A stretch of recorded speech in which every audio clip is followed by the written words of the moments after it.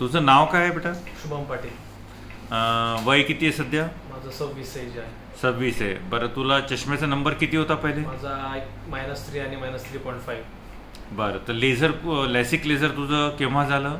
1-2 महिने आधी. 2 महिने आधी झालं. हो. तर लेझरचा तुझा काय एक्सपिरियन्स आहे? किती वेळात झालं? काही त्रास झाला का?